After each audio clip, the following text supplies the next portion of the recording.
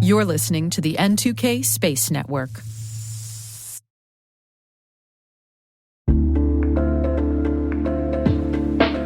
And now, a word from our sponsor, SpyCloud, the cybercrime analytics leader. SpyCloud disrupts cybercrime by telling you what criminals know about your business and your customers, so you can take action to prevent ransomware, session hijacking, account takeover, and online fraud.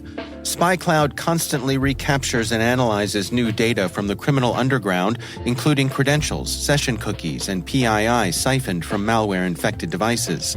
With knowledge of the specific exposed data criminals have in hand from InfoStealer malware on managed and unmanaged devices, security teams can respond with a more efficient and effective process called post-infection remediation that fits seamlessly into existing incident response frameworks. Get SpyCloud's post-infection remediation guide outlining the 7 steps for preventing a malware infection from becoming a full-blown ransomware incident. Visit spycloud.com/cyberwire. That's spycloud.com/cyberwire. And we thank SpyCloud for sponsoring our show.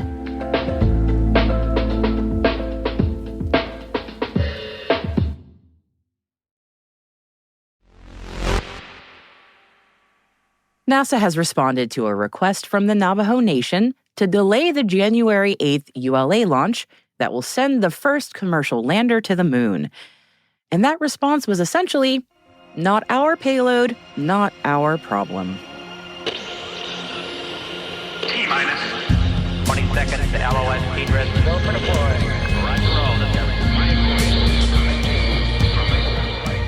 Today is January 5th, 2024.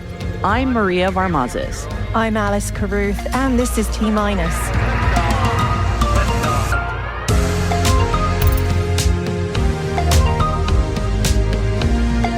NASA says no to the Navajo request to delay ULA's launch on Monday.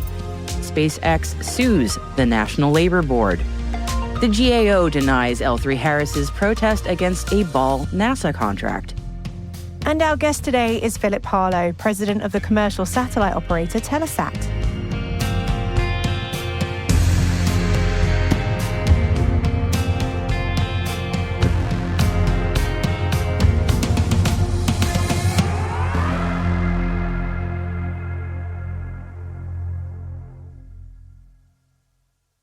Happy Friday, everybody. Let's take a look at our intel briefing for today.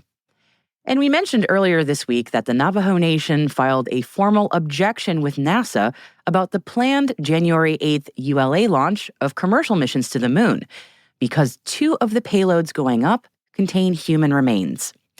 President Bu Nygren of Navajo Nation said, "It is crucial to emphasize that the moon holds a sacred position in many indigenous cultures, including ours. The act of depositing human remains and other materials, which could be perceived as discards in any other location, on the moon is tantamount to desecration of this sacred space." Well, January 8th is coming up pretty fast, and yesterday the response came from NASA about this issue via Chris Colbert, who is NASA's Commercial Lunar Payload Services Program Manager. He said this in a briefing yesterday. "We don't have the framework for telling them what they can and can't fly. The approval process doesn't run through NASA for commercial missions." But not to dismiss the concerns outright here, Deputy Associate Administrator for Exploration Joel Kearns added that, quote, "We're going to learn through these first landings and the follow-up landings, all the different issues or concerns that are generated by that. And I'm sure that as time goes by, there are going to be changes to how we view this or how industry itself maybe sets up standards or guidelines about how they're going to proceed." And for its part, Celestis, which is one of the 2 commercial space companies sending human remains to the moon, it sent a written statement published in an article on space.com. It's from Celestis CEO and co-founder Charles Chafer. And here is some of what he said about the objection from Navajo Nation, and I quote, "The regulatory process that approves space missions does not consider compliance with the tenets of any religion in the process for obvious reasons. No individual religion can or should dictate whether a space mission should be approved. No one and no religion owns the moon, and were the beliefs of the world's multitude of religions considered, it's quite likely that no missions would ever be approved. Simply, we do not and never have let religious beliefs dictate humanity's space efforts. There is not and should not be a religious test, end quote. This is unquestionably not the last time an issue like this will come up. And with more missions to the moon planned, not to mention permanent establishments on the moon planned, more cultural and ethical quandaries like this one are going to come up more and more. The pace of progress marches on in space, but it is certainly getting trickier. Amen to that. And of course, this whole dispute is over the planned United Launch Alliance Vulcan Centaur launch, which is planning to lift off on Monday from Florida. The 202-foot-tall rocket is set to debut the first of ULA's new rocket designs in 18 years. It's designed to meet the requirements of the US Space Force and intelligence agencies for national security satellite launches, but it'll also serve as a launch vehicle for private space ventures, including this one, and 38 launchers plan to deploy satellites for Amazon's Project Kuiper. We mentioned yesterday that SpaceX has come under scrutiny after the U.S. Labor Board accused the rocket and satellite maker of illegally firing employees. And now they're suing. SpaceX claims the structure of the National Labor Relations Board, which issued a complaint against Elon Musk's company earlier this week, violates the U.S. Constitution. And in its lawsuit, SpaceX claims that because federal law only allows board members and administrative judges to be removed for cause and not at will, the NLRB's structure is unconstitutional. We'll continue to watch this drama unfold in the coming weeks. I'll save you from telling you what we call this sort of thing in England. And speaking of objections, the US Government Accountability Office, or GAO, has denied the protest by L3 Harris over the award of a NASA contract to Ball Aerospace Technologies Corporation. Ball had their proposal accepted by NASA for the Geostationary Extended Observations, or GeoXO Sounder GXS instrument implementation. L3 Harris had challenged the agency's evaluation of proposals and the selection decision. NASA has selected 13 concepts for the 2024 Phase 1 awardees for its program called NIAC. And NIAC, which stands for NASA Innovative Advanced Concepts, funds early-stage tech concept studies for future consideration and potential commercialization. The total award is a maximum of $175,000 in grants to evaluate technologies that could enable tomorrow's space missions. And we've included a link to see all of the neat concepts that have been awarded, and there are a few that we think are worth mentioning today. One of them is studying torpor in animals for space health in humans, which is known as STASH. And torpor is a state of physical or mental inactivity. By the way, I'm an expert on torpor. And biocatalytic elimination of omnipresent perchlorates, which is a study to detoxify Mars. Why they can't keep these names more simple, I do not know. But speaking of innovative designs, an architect from Cumbria in the UK has won €10,000 prize for a design of an elevator that transports passengers into space. Space elevators, Maria! Space elevator! Jordan William Hughes was awarded a prize for space architecture and innovation from the Jacques Rogue Foundation in Paris. Mr. Hughes designed an elevator to replace rockets, which he says are inefficient, expensive, and bad for the environment. I think we might have to agree a little bit with that one. I love space elevators. I just have to say, I really love them. And we're finding out more details about the India Space Research Organization's payloads from Monday's launch of their Polar Satellite Launch Vehicle's POEM-3 mission. And part of the mission was to test a hydrogen fuel cell in space, which ISRO says has successfully generated power. India plans to use the concept in future manned missions. ISRO says that during the short-duration test on board POEM, 180 watts of power was generated from hydrogen and oxygen gases stored on board in high-pressure vessels. The space agency says that the test has provided a wealth of data on the performance of various static and dynamic systems that formed part of the power system and the physics at play. Super cool. Now, China has held the first launch of the year. A Kuaizhou 1A carrier rocket carrying 4 meteorological satellites blasted off from the Jiuquan Satellite Launch Center in northwest China today. The satellites are part of the Tianmu-1 meteorological constellation and will be mainly used to provide commercial meteorological data services. And China completed the construction of a new commercial launch pad at the end of the year. The pad on Hainan Island is the first of 2 pads which will host liquid propellant launch vehicles.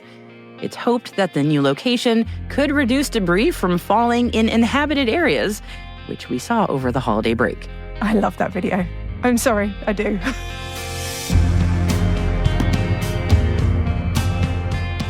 That concludes our briefing for today, but stay with us for Maria's chat with Philip Harlow, president of Telesat.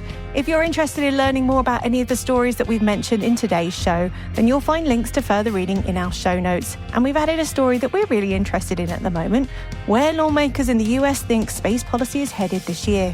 They're all at our website, space.n2k.com. Hey T-Minus crew, tune in tomorrow for T-Minus Deep Space, our show for extended interviews, special editions, and deep dives with some of the most influential professionals in the space industry. And tomorrow we have Philip Harlow talking about the shift by satellite operators from GEO to LEO. Check it out while you're taking down the holiday decorations, at the gym after starting your New Year's resolutions, guilty, or just spending the weekend relaxing. You don't want to miss it.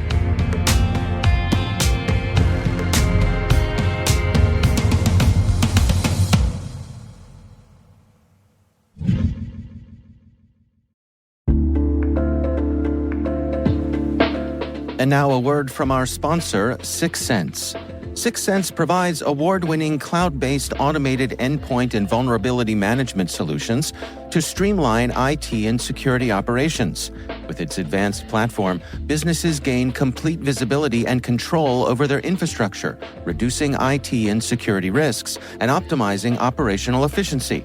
With 6 Sense, you'll get real-time alerts, risk-based vulnerability prioritization and remediations, and an intuitive automation and orchestration engine so you can focus on your core business goals, confident in the knowledge that your enterprise is secure, compliant, and running smoothly. Visit 6sense.com to learn why enterprises choose them.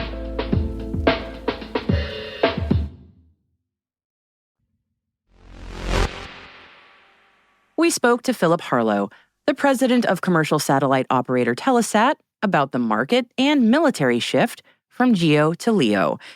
Philip provided me with some context on Telesat's history and why they're excited about the LEO market. We've been doing GEO for over 50 years. And so, as the GEO market has evolved and with the introduction of first KU band and then KA band, that was certainly KA band was touted to change the entire market. Telesat's been at the forefront of all of that. They're the 4th largest GEO satellite operator in the world, and have some very solid credibility. So, as the world evolves into, not into a LEO world, but more as LEO becomes an augmentation to those GEO capabilities, Telesat's at the forefront of that as well. We're doing things in a different way. So the whole concept around Lightspeed is not just to put up something which is standard internet access, best effort to everybody. We are focusing on the enterprise level part of the market. We are putting in place a number of features that we think are absolutely essential to succeed in those markets. And all of those elements from that high-end commercial market are very applicable to the government market, particularly the military market. And so we feel we're very well placed within our little ecosystem of LEOs to be one of the premier suppliers of LEO to U.S. government. And I'm very excited about the LEO market altogether. Yeah, it is a very fascinating place that Telesat is at right now, especially since you mentioned it has such a great GEO heritage, and now it's also entering, or it is in the LEO market. It's a fascinating inflection point. And I would love if you could sort of set the scene for me a little bit. We talk about it a bit on the show, but I think it can't be emphasized enough how big of a change this is. And I'm curious, especially for government users, why is this move happening? Because GEO was sort of, the protective domain of especially the U.S. military, but now a lot of them are going into proliferated LEO. We hear a little bit about the why, but I would love for you to explain a bit about why this is such an advantageous move. Well, you've pulled a number of threads there with one question, right? So let me try and unpack a couple of Sure. things. I tend to do that. When it comes to GEO, the military started using GEO, back in the 60s when they first launched TDRS and a couple of other of the satellites that they put up over the years. But in terms of technology and in terms of quantity, whenever we've gone into a conflict, you can pick a conflict starting from the first Gulf War and moving forward, commercial has always played a huge part in the reach and capability that DoD has relied on. And, and they went on to build a fairly large WGS fleet in GEO.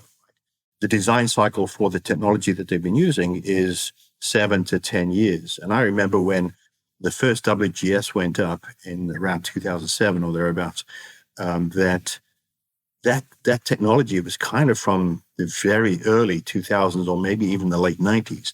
And so there is a lag in technology that DoD has adopted. There are good reasons and bad reasons for that, right? So the bad reason is that DoD is not quite as agile as they might want to be, just given the rules that they have to play by. But there are good reasons for that as well. Certainly when in the military, when technology gets to the field, it's tried and tested and they've got a supply chain and everybody's trained. So it's a well-known function. What commercial brings to the ecosystem is this agility to bring these new things to the marketplace, to the user, where speeds are faster, technology is cheaper, terminals are smaller. So what we're able to do is get to those lower echelon users much more quickly than DoD can reach with its own technology and its own approach. That's not to say one is better or worse than the other. They're both part of the ecosystem.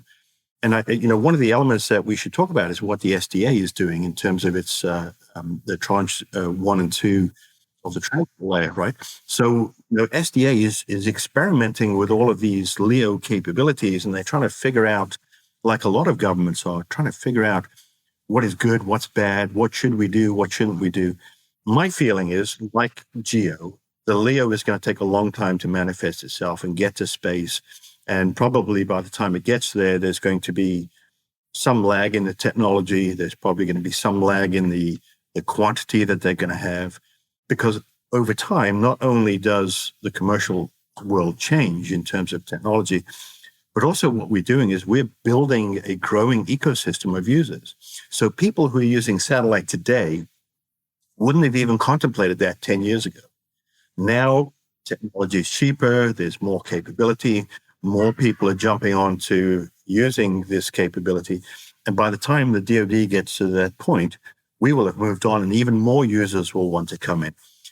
What we found, I think, in Iraq and Afghanistan, and certainly what's going on in Ukraine today, the ability to have real-time access to video is changing the game, has changed the game even. And we see in Ukraine that there's a lot of exploitation of drones that they're able to control in real time beyond line of sight. And that's just what we've seen in the last 2 years. Imagine 5 years from now, 10 years from now, the users and the capabilities that we're going to be able to bring to bear with all of this new technology. So I think from a DoD perspective, they should experiment with this stuff. It's going to educate them a lot. But at the end of the day, commercial is always going to be a part of that military ecosystem because it's always been part of it in the past.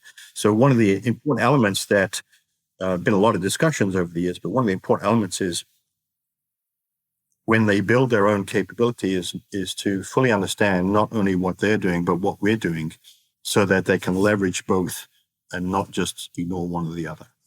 Yeah, I would imagine this is also why the spiral development model is something that SDA has put into place, because you want to be able to get those very current capabilities out the door, metaphorically speaking, as quickly as possible, right? Especially if that's what the commercial market is bringing to bear, so much faster than perhaps the really traditional development model. Yeah, SDA is certainly pushing the boundaries of their comfort zone, of the DoD's comfort zone. But it's important, and they should continue to do it. Now, some of the things they do will fail, but some of them will also be successful. But I think success or failure is not determined necessarily by how well they do or whether it becomes an enduring capability, but really what do they learn from that? And one of the things that, if I can tell you a small vignette, and you can keep this or not, but it's up to you. But I love a vignette, so go for it. I was in the British Army. We were based out of Incirlik Air Force Base in Turkey. We were working with the Americans, the French, and the Turks, and we were patrolling the northern no-fly zone over Iraq. And we had Land Rovers, and the Americans had their Humvees. And for the Land Rovers, we have 2 technicians to maintain them. Whereas for the Humvees, the Americans had 5 or 6 or even 7. And so the one thing that they brought to the game was that they always had lots of stuff. It was really great. And they would lend us stuff and they would help us. But our 2 guys would do the same jobs on our Land Rovers, much simpler vehicles. But what we learned to do was to leverage each other as allies, but also to leverage the locals in terms of using that commercial capability. And it worked very well. And this was across multiple domains. And I just use that vignette as an illustration of how we can collaborate between allies, but also how we can collaborate with commercial. So that was my uniform days. And since I've come across to the States, I've been trying to engender that same sort of approach where we want to be real partners. We don't just want to be a vendor to DoD. We want to be partners. The majority of the people in our little segment of the industry are former military. Right? We want to be part of the solution. We don't just want to be some cheap vendor off to the side. So figuring out how we collaborate as partners, not just as vendor-customer, I think is one of the important parts that flows out of what SDA is doing. So they are leveraging what commercial industry is doing for their own processes. I think the collaboration is pretty close. We just need to find a way to maintain that momentum.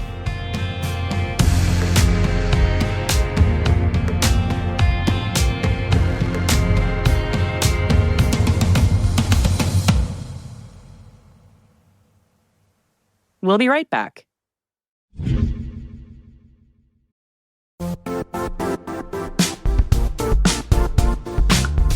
Now, a word from our sponsor, the Johns Hopkins University Information Security Institute, currently seeking qualified applicants for its innovative Master of Science in Security Informatics degree program.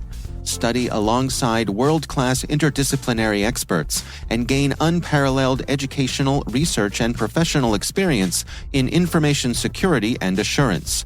Interested U.S. citizens should consider the National Science Foundation's CyberCorps Scholarship for Service program, which covers tuition and a $6,000 annual professional development allowance, as well as providing a $37,000 additional annual stipend. Apply for the scholarship and the fall semester by March 1st. Learn more at cs.jhu.edu/MSSI.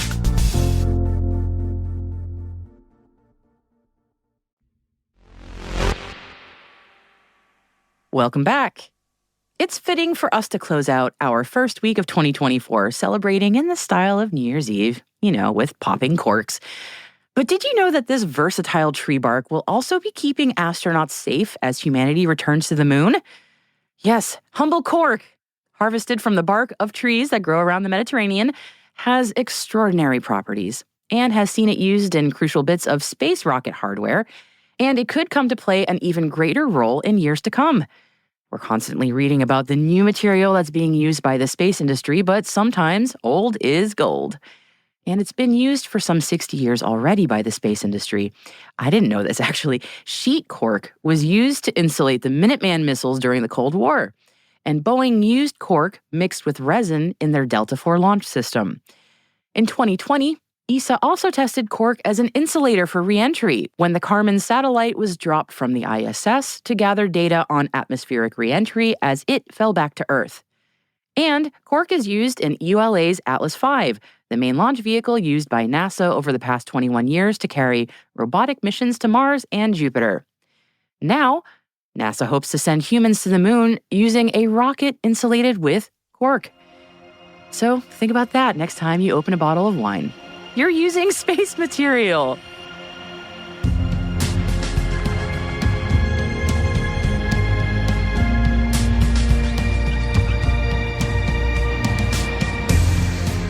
Well, that's it for today, for January the 5th, 2024. For additional resources from the report, check out our show notes at space.n2k.com. We'd love to know what you think of our podcast. You can email us at space@n2k.com or submit the survey in the show notes. Your feedback ensures we deliver the information that keeps you a step ahead in the rapidly changing space industry.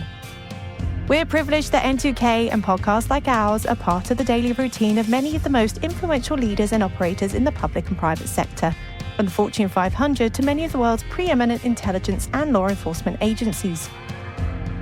N2K Strategic Workforce Intelligence optimizes the value of your biggest investment, your people. We make you smarter about your team while making your team smarter. Learn more at n2k.com. This episode was produced by Alice Carruth, mixing by Elliot Peltzman and Trey Hester, with original music and sound design by Elliot Peltzman. Our executive producer is Jen Iben. Our VP is Brandon Karpf. And I'm Maria Varmazis. Thanks for listening and have a great weekend.